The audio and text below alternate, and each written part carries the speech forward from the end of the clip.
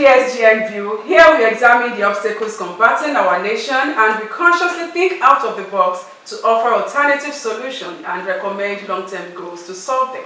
My name is Oluwafumito Adeleye and I am with Diaspora Solution Group Nigeria, a non-profit organization with headquarters in Los Angeles, California and Seattle, Washington, as well as representatives here in Nigeria.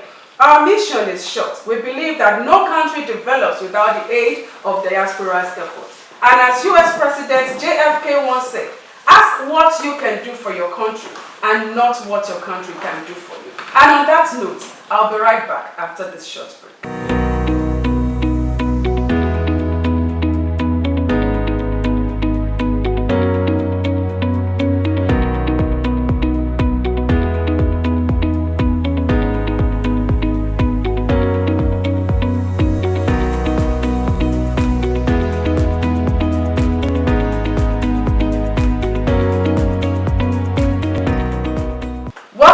It's still DSGN View here in Nigeria, and I have with me Ajia Ramalifa. Thanks for joining us. Thank you. Today we'll be looking at a very significant topic, which is family crisis and how it affects Nigerian society. What exactly is family crisis? We all know that this includes divorce, domestic violence, and economic hardship, and there are significant challenges faced by Nigerian families. This crisis can undermine social stability, affect mental health, and hinder the development of individuals and communities at large. Well, understanding the causes and consequences of family crisis is vital for developing effective interventions that promote healthy family life and societal progress. I have with me two very prominent guests that will do justice to this topic here today, and I will be introducing my first guest, who is Comrade Fatai Tijani. He is a lecturer at Osun State College of Technology, SAOK. He is also a member of Osun Civil Society Coalition. He is the Southwest Director of Platform for Liberty and Democracy International. He is the convener of Social Development Monitoring Group. Thank you for joining us. Thank you. Thank you for having me. Good day. They are very esteemed listeners. Thank you for being there. Thank you very much, sir. Comrade Fatai Tijani, you are most welcome. Thank you very much. Joining us also on the show today, I have Barrister Kayode Amos Adebisi. He is a devout Christian, Ikiru born, a fellow in local government area, and is also an alumnus of OAU and also LLB alumnus, Nigerian Law School in Abuja. He is a solicitor and advocate of Supreme Court of Nigeria. He is a property consultant and also human rights advocate and democracy defender. He is also a member of Nigerian Bar Association and he has been the former PRO Welfare Officer NBA Ikiru branch and also the first Ikiru-born executive chairman of Osun State Rent Tribunal. He has been the state's representative for Ifelodun Borikwe Odun Federal Constituency.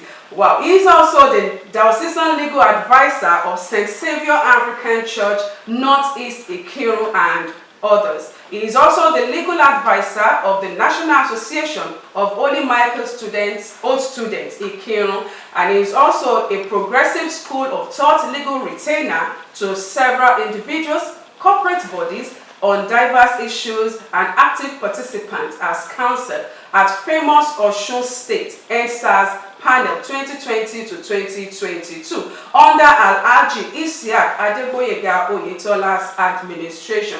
He is a law lecturer, a part-time at the Polytechnic Imesi Ile Osun State, among others. Thank you for joining us, Barrister Adebisi Kayode. Thank you for hosting me today. It's a great pleasure to me. You're most welcome, sir. Thank you. All right, I will start with Comrade Tijani. Thank you for joining us, sir. I want to ask you that what exactly is a family crisis and how can we relate family crisis to what we experience here in Nigeria? Well, first and foremost, let us look into the consummation of marriages and those things that how do we go into marriages these days? Okay. How are two people brought together? What are the things, the characters of the individuals that are being brought together as people are married? We're looking at the evolution, that what really brings it, what brings about marriage itself. Now look at the implementation stage. How have they been able to cope with each other? Now, I mean, what are the understanding stricken between the two set of people that are into marriages? We'll now look at the evaluation. It is during the evaluation stage that we now want to look at what are those things that have been bringing about hiccups within the marriage. Now, we'll now talk about the economy, we talk about the trauma, we talk about sometimes separations and etc. And so, before we conclude on why there are crises in marriages, we want to look at the predictors. Now, probably people are consummated, sometimes not a situation where they are even together. Okay. Sometimes they are consummated not because they really want to be together, because probably there has been a long time kind of relationship, and both are afraid, ashamed to be separated. And so the marriage itself, the consummation stage of the marriage itself has started with crisis. Now, when they now go into the marriage, we'll now look at the prospects, the economic prospect of the man, most times, okay. I mean, to the woman. Okay. How responsive has it been to the woman? The indicators now, when we look at the indicators of why or how what now brought about crisis. Mm-hmm. Is the man doing it the way he started? Does he have the economic willpower? Mm-hmm. Is he patient enough to be able to manage the woman whom he has brought into the house? What about the man's health? The health situation. Both is the man having it as good as it is? Okay. Is the woman also ready to really go into it, or she's also having a health program? Those are the things that sometimes brings about crisis. Do they really tutor or take care of their children in unison? Do they have the same voice in the house? Does the man have a say over the children, or it's a kind of a home that when the man says A, the woman says B, and the moment that happens, then it now becomes a problem. And so the crisis will brew when a man starts finding out that he's no longer in charge of his house, because an average man would always want to be in charge. And the accidental Western civilization now that makes women see themselves as being equal to man is also part of those things that have been problems. And it won't stop until a woman is ready to calm down. Even if you are richer than your husband, there's something in us that gives us the control over our homes. You see, because it is the man that will marry you. He said, Arijalukum Kowamona Analisa. He said, it is the man that is the head of the family. And so it is even Quranically, it is something that is very clear that it is not a situation where two people are made to share the power to control activities in the house. And so all these brew crisis. The moment the woman is ready to give the respect to whom it is due, the woman does not allow the accidental Western civilizations to overtake her thinking. The moment the woman is ready to really listen and do things in accordance with the dictates of the husband, there will be crisis-free marriage. Thank you, God bless you for it. It's sincerely you've spoken so lovely. Can I please quickly shift this from my own questions? Can we say lack of communication contribute to the crisis we have in marriages today? Now, of course, if people who are an husband and wife, the moment they lack communications, anything that will bring about the discussing the home does not arise. The moment they don't meet at the same point, even over the children, if they don't meet up at the same point over even the construction, building or doing anything, the moment the man does not also have a way of coming down to the woman's level to carry the woman along in most of the things that are done, there will be crisis. So we can invariably say now that there are so many factors that come together to bring about crisis in families. Now, if we take this crisis one after the other, if we say we should take them one after the other, time may not permit us. But sir, which one do you think is paramount in the ones that we can easily point at that this should be the number one reason why families have crisis. In fact, you must, the man going into one thing that is interested in taking in a woman must financially buoyant. You must have the economic strength. Because, like, even in Islam, he said, there are things you must have: a home, a shelter, feeding, clothing. A man must be prepared to give all this if he wants to go into marriage. And so going into marriage itself entails that it's not something one will just wake up in a day and like, oh, tomorrow I want to get married. You must be ready, you must be prepared to look at the things around. Your capacity to make provisions for the woman. The moment the woman comes into your house and you are incapacitated or to do those things that are expected as an husband, crisis will start. So which means financial stability is very paramount. So this can be a number one cause for we having family crisis. Sorry, before you remove, but let me quickly shipment this. At times, when we get married, most especially this our own tribe, like we work together, we do it together, let's start afresh. Some people are even afraid of marrying those people who are well to do because they don't know the source of their wealth. Let's not look at it from this angle. What if a woman now decided to marry somebody who cannot yet finance the home? And unfortunately, the woman was able to to cater for the family, and yet she's submissive to the man, and the man himself is like, wow, she's getting more than she should. And should I call it a act of advice for such men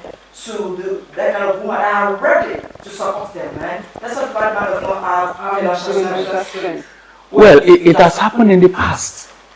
It hardly happens now. If a woman takes charge of finances of the house, the man should be ready, should be prepared that one day she will just wake up and tell you you are a fool, you are a stupid man who is not capable of handling the home.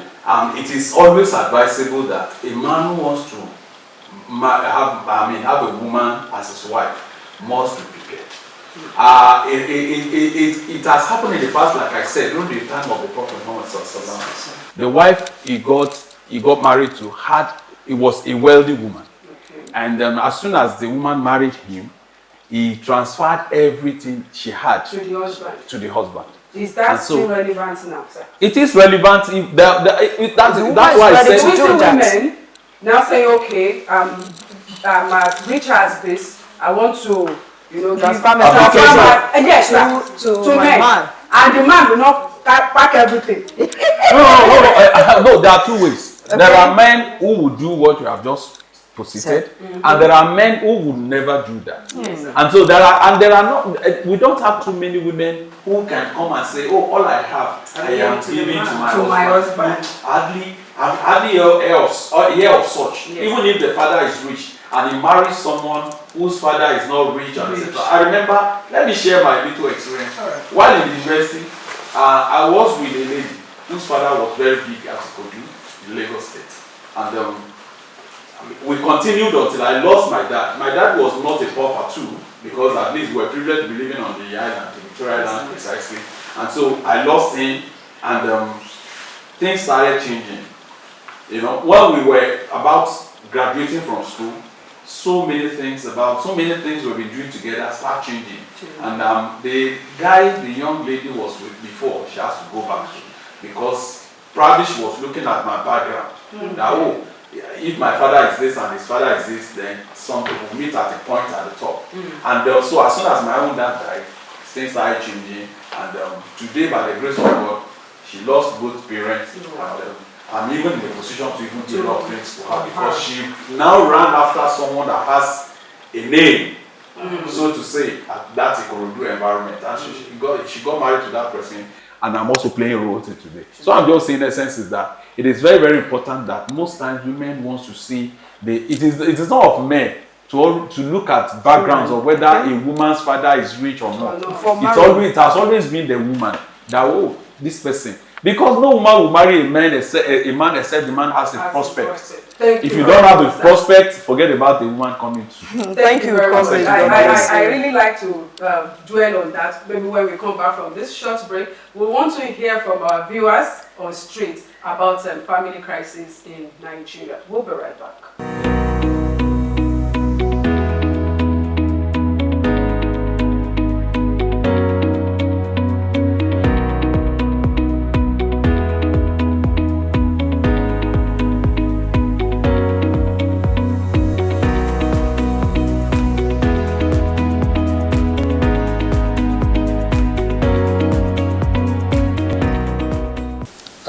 looking at the topic before us, family crisis, we look at it that family and crisis are two different words. In fact, negative words. There can be family with, we can't call a family with crisis as a family. So basically, the challenges we are facing in Nigeria now is the fact that a lot of families are going through crisis now. Crisis of husband not understanding the wife not understanding the husband, issues of funding, issues of being able to meet the resources to back up the home. So basically, I think we need to reorientate our minds. The church, the mosque, the traditionalists should try in as much as possible to reorientate the minds of people worshiping with them so that this thing can be resolved. You've seen a lot of divorce cases are in courts now. A lot of people are trying to separate from their husband, and it is the children at the end of the day that will bear the brunt. We need to find solutions to all these things so that it doesn't become something that will become a cankerworm in our nation. Welcome back. It's still DSGN View, and we've heard all what our viewers have to say concerning family crisis in Nigeria. Okay, Barrister Adebisi, I would like to ask you now, what exactly are the legal implications of family crisis in Nigeria? First and foremost, the law has stipulated certain criteria to determine whether or not even the family exists in the first place. Because if you don't marry, maybe personal marriage, you don't pay the bride price, you don't go through all those rigors and rituals, you don't say that you are not family. You are just cohabiting. Just like in the common law, they say cohabiting, consenting adults. And the implication is that whatever you have together at that time, you have it as just like an association. Okay. So if they have issues or children, the children can benefit from the properties they have, but not by way of as family property. Just not like individual has a property and I dash you. Okay. So society must get it right that once there is no bona fide or genuine marriage, union between man and woman, then there is no family. And I also want to stress the issue of crisis. One thing will lead to crisis. It will start from misunderstanding. Yes. Misunderstanding will lead to conflict. Conflict will generate to crisis. Crisis will generate to war. The apex of that is family war. And that's when you have some people who say, these children are also belong to so former governor. When the former governor was alive, did not disclose the woman to the family, did not do the children to the family. So the government who is supposed to be resting in his abode, go and resume the corpse for DNA. Those issues are very prevalent because I want to separate divorce cases. So man, when he's alive, that's why the white men they do issue of will. There's no need for you can do will once you are 18 years.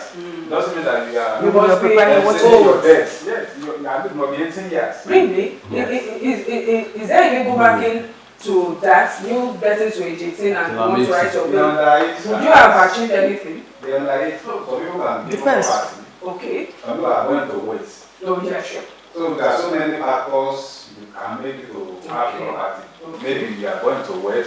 Maybe you are dust. Maybe you have one way or the other, one way property by way of gift. Then put it in black and white. So that nobody, busybody and the third party, family extended will not just come and say, this is how we are going to sell your property. And secondly, when there is crisis too, can lead to baby divorce. When the children are there, it will become the issue of our own is a developing relation. You don't have both sides institutions that can take care of the very rugged and very hard children. You know, like in the white men country where they have the booster institutions, the welfare institutions, the government will take care of them. Like the man that committed what they call incest. The 14-year-old daughter impregnated her. The daughter was treated that this is the only breadwinner. That also cannot fly in the white men country because they have already booster institutions for that person to care of the man. It's a life replacement. Okay, it's still okay? Go on. And also, another reason is that when there is family crisis too, there will be issue of drug abuse, domestic violence, Yes. it can eventually lead to increase in the state of crimes. Because when the family is broken, the father is living separately, the mother is living separately, no one to take care of the children, then they will join the background. When they join the background, the increase in the social problem will be there. Drug abuse, violence, all this yahoo, they are all product of family crisis. Okay, I want to ask you a question. Okay, thank you, Barrister. Like you rightly said, you know, that cooperating parents. I want to ask you, a child of cooperating parents, can they really report their parents, maybe the father or the mother, under the law? Since you know, you said they are not union. There's nothing that match them together to make them as under the law. But that's not the fact. Can't they still report to one of their parents who is not doing the right thing for them to the government or to the prestata? Biologically, they are biological natural parents, but not in the sense of children under the marriage. Okay.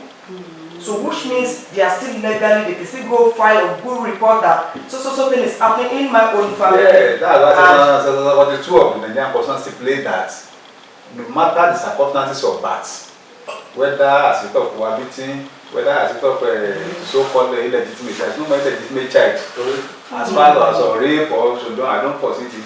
He is a Nigerian citizen, and they are entitled to the fuller right like any other children. But as to the issue of dividing the property, just like the one we handle, I don't want to mention the couple now. Okay. The woman was very rich when they divorced. Immediately the woman went to the CAC Corporate Affairs Commission and changed the name of the school to her own. Because he was using the name of the husband before. Okay. That's one of, and immediately she also sacked most of the workers. Okay. So those are some of the legal implications of crisis within two people. Now affecting the other society. Okay, sir, I want you to give a legal advice to families that are experiencing crisis now. So what should be the first step that they should take legally? Well, we normally take recourse to the Garden of Eden. God told the Adam and Eve. Later, Adam was saying that, so the woman you gave to me. So the freedom of choice now go and choose the person you like. Don't say God gave me this woman. So under the situation we have now, you have the freedom to choose, and that's why marriage is called voluntary contracts. It's not by force. Also, the person of giving your child to a person is a rich man or the marriage of convenience. That's one of the factors that is causing crisis, and by that, the person can go to court to challenge the parent. I don't want to marry the person. It's my fundamental human right to choose whoever I like. Okay. So the advice for the children or couple in the crisis is that first and foremost, they should the man in particular, God has said that you are the head of the family. And you have to exercise that essence with wisdom. Okay. Call your woman, sit together. Where do I get it right? The second step that are paid, you now go to the elders, maybe within the church or the community, or the extended family members, they have the parents or grandparents. But don't first go to the grandparent or the parent of the woman. Okay. That's another wrong step. So, call the person as a mature person, talk together on the issue, then resolve it and you pray. By then you now go to the third party, your friend or or you are comparing your wife to another person. Don't compare. No two individuals are the same. Yes. No matter how many they are twins, they have their own innate character. So involving third party, fourth party, it will not work. They won't escalate. Maybe they are even expecting you to fight. All this they don't know. So see that together, rub mind together, and then you provide solution. Sorry, Barrister, sorry please, Barrister, let's say for instance, maybe two couple, husband and wife, they're separated, right? So they now said, you husband start bringing 10,000, just a case study, for the kids every month. Maybe, unfortunately, the man was unable to raise that 10,000 monthly. If he was able to raise 5,000, can he still just put in 5,000 without any legal, implication? No, the order of the court, if it's by court order, that you have to pay maintenance. Maintenance went from, they call it money, went from day-to-day need of the children. So you must fulfill that legal right. If 10,000, 10,000 capacity to pay the 10,000 must still. He must pay. The way of investments, they can commit it. So can't he just go back there, say I cannot afford this again, this is what I can afford? You must Rather than not doing anything. you must have It's only the court that can you must have adjudicate on that. presented that in the evidence Okay, report. yes, Okay. So Right. before So, the result arrive at that amount, Yes. you must Okay. have looked at various factors. Okay. That what You is must the- have seen that it's capable what is the economy- of putting down that What is the economy position this Of children this and children. and what is the economic position of the man? of the man. So, and Okay. there is one we are handling now because I'm the lawyer to the woman. Okay. The husband just arranged to take care to sell the house after 3 children until now got to court and we Okay. start the process for him, the person in the UK. Okay. So later he appeared in court and he said he's sorry. Okay. Because he's working in a very highly place in UK. If these white men get to know, They are going to do. All right. That's- That's a very, very good advice from Barrister. Yes. We really appreciate you for joining us on the show. All right. Thank you, viewers, for joining us. We hope and we are sure you've learned one or two things concerning family crisis here in Nigeria. Be cautious of the way we handle our families and between the man and the woman, bearing in mind what the consequences will be on the children. And we've been advised on the legal steps that we can take when we are experiencing crisis in our families. Thank you for joining us on the show today. It's been nice having you. We would like to hear from you. Comment, like, and follow us on our social media handles as you're seeing them on the screen. And we'd like to know more about what you think on this topic. Join us same time on this same dial. We'll be loving to see you.